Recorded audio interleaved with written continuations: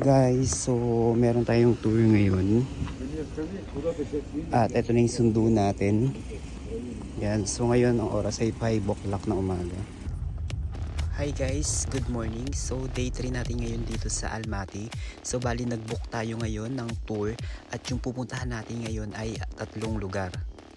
So guys, bali ang pupuntahan pala nating lugar ay yung Colsay Lake, Charing Canyon at saka yung Black Canyon. Bali guys, paano ko pala sila nakilala? Dahil sa kasamahan ko sa trabaho, kasi galing din sila dito sa Almaty. So binigay nila yung contact nila sa akin. Kaya ayun, sila ngayon yung naging tour guide ko. So guys, kung tatanungin nyo about sa price, depende yun kung saan kayo pupunta. At saka depende yun sa usapan nyo. So medyo affordable naman yung price nila at hindi naman siya ganun ka-expensive. Ayun nga pala guys, bali sa tour na gagawin namin ngayon, maaga kaming umalis. 5 AM pa lang, sinundo na nila ako sa hotel. Kasi yung travel na gagawin namin is 4 hours to 5 hours ang biyahe. Tsaka guys, sabi na rin sa akin ng tour guide, mas maganda nga daw na mas maaga kaming umalis para iwas traffic na rin. Kasi kung 8 o'clock mag-i-start, medyo tanghali na yun, tsaka sobrang traffic na nga din daw sa city. Kaya nga guys, at selfie lang tayo, relax lang tayo habang nasa biyahe. So pwede nyong i-request guys na dumaan muna kayo sa coffee shop habang magbabiyahe kayo para hindi kayo gutumin sa biyahe. Kung makikita nyo, yung mga bundok is may mga snow na. So month to ng November, sabi nga ng tour guide, kung December daw, fully snow na daw yung makikita at saka sobrang lamig na. Guys, advice ko lang pala sa inyo na kapag ganitong month kayo pumunta, kailangan may mga extra jacket kayong dala dito dahil sobrang lamig na. Nandito na tayo sa Coastal Lake na tinatawag nila. Ayan, so bali yung biyahe 4 na oras. Ayun. So nagbook ako ng driver. Meron siyang kasama din. So ayun sila.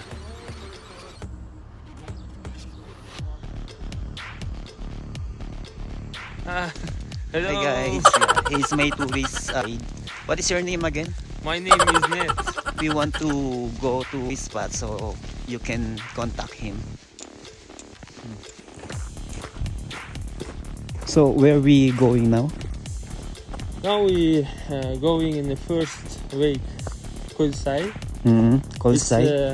It's a 3-wake system wakes that place. But one is beautiful and deep, and the long is the first wake. This time there's a lot of people. No, today is Monday, Mm. and I think today maximum maybe have 500 people. Because he is a medic, you know, doctor. Medic doctor. Yes. And when I have big group, he helped me because he helped. Guys, so ayun, bababa kami dun nga sa Colsay para mag picture taking. So dito, kasi hina ako. Sabi na pwede naman daw umihi dito. Grabe yung yellow guys, oh. Kapal.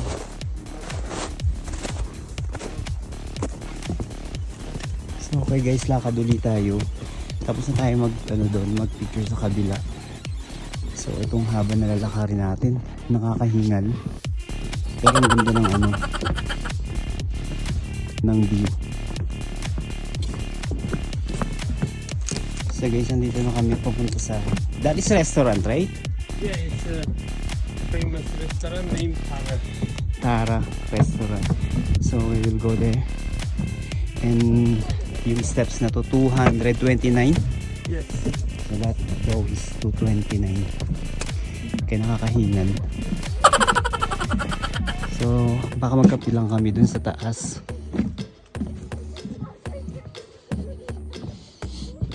Guys, hindi madali yung ganito. Sobrang kahingal. 1 hour later. So guys, ayun, bali tapos na tayong magkape. So, ang gagawin natin, yung next destination natin is yung sa canyon. Pero bago tayo pumunta doon, bali, sabi ko gusto ko ma-experience yung sa kabayo. So, mura lang naman yung entrance niya. Magpapa-short video lang ako. Ang ganda guys, oh. So after nun, i-update ko ulit kayo guys. Babalik muna kami. Okay. Ayun na si Doggy.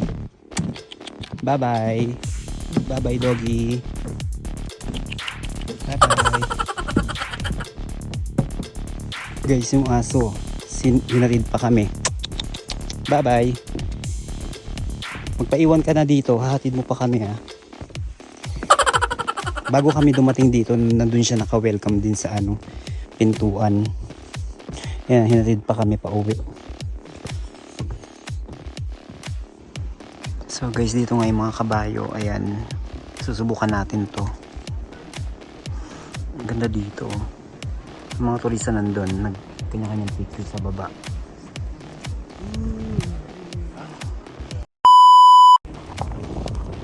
Grabe guys, sumakay ako ng horse.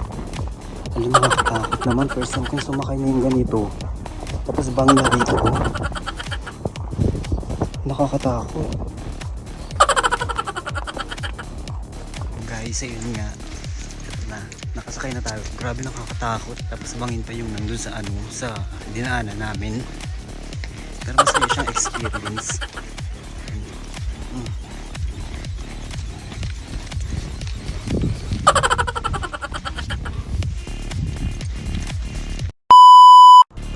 Okay guys, nandito na tayo sa Black Canyon na tinatawag nila.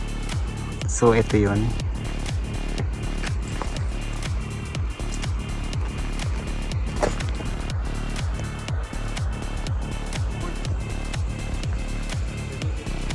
A few minutes later. 1,000 total for car. If you use the car, we go same. So guys, nandito na tayo sa tinatawag nila. What do you call that again? For this Charing Canyon. Charing Canyon. So mamaya bababa kami dun. Hindi kami pumunta sa dulo. Pero gamit yung sasakyan. Ayan. 120 kilometers straight So is China. China border na daw yung nandun sa dulo. 120 kilometer. Okay. What do you call that? It's a yurt.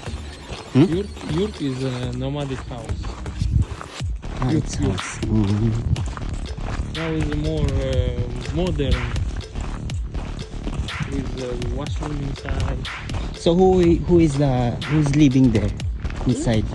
Tourists also. Yeah, it's a hotel. It's hotel. So how much like for staying for one day? Let's check the price. So guys, ito yung ang galing. Ito yung hotel naman dito, ganitong klase. For one person, 4,000. No, it's a tea. Ha? Tea. Tea, yeah. Yeah. If you want in pricing, I think in reception. Okay. For food. Tea. That's good. Ito yung last destination namin, ang dulo. Hindi naman sa pinakadulo. Nakita niyo yung yung form ng mga bato doon. Ayun, para siyang Saudi dati. So guys, nagkukwento yung kasama ko dito na sabi niya, yung mga nakaraang taon, pumunta raw sila dito. Tapos 5 araw daw na nag-travel sila. So continuously yun. Tapos ang tanong ko sa kanya, paano kung may mga yung mga wild animals? Sabi niya, posible daw na meron. Pero kapag ganun, mabilis lang naman daw tumawag ng mga emergency. Tsaka sa group daw nila, hindi lang naman daw yung group nila ang kasama. Kumbaga may mga kasama rin na mga doktor, ganyan. So ayun nga, in case of emergency, so matutulungan nga sila. Talaga guys, tingnan mo, napakaganda yung form niya, parang nakita ko na to sa Saudi at saka yung parang sa Egypt. Ang ganda